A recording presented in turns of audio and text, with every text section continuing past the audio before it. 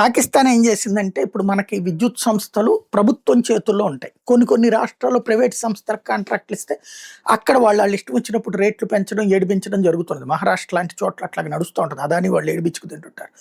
ప్రభుత్వ సంస్థలకు వచ్చేటప్పుడు కొంత రూల్స్ ఉన్నాయి, సిస్టమ్ ఉంటుంది. కానీ ప్రైవేట్ సంస్థలకు అట్లాంటిది కాదు. పొలిటికల్ ఇన్ఫ్లుయెన్స్ చేసుకుని తమకు అనుగుణంగా కథలు నడుపుతూ ఉంటారు. ఇదంతా చూస్తుంటాం. పాకిస్తాన్ అట్లాంటి పని ఎప్పుడో చేసేసింది. వాళ్ళ కరెంట్ అంతా కూడా ప్రైవేట్ వాళ్ళకి ఇచ్చేసింది. కరెంట్ ప్రొడక్షను ప్రైవేట్ వాడే, అమ్ముకునేది వాడే, కనెక్షన్స్ ఇచ్చేది వాడే. వాళ్ళకి డబ్బులు మాత్రం ప్రభుత్వం కలెక్ట్ చేసి ఇవ్వాలి.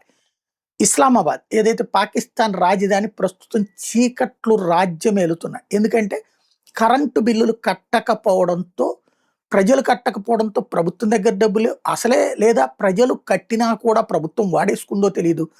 ఇస్లామాబాద్ మొన్న ఏదైతే అమెరికా ఇరాన్ చర్చలకి వేదిక అయిందో, త్వరలో మళ్ళీ వేదిక కాబోతుందో అక్కడే కరెంటు తీసివేయడం జరిగింది సదరు సంస్థలు.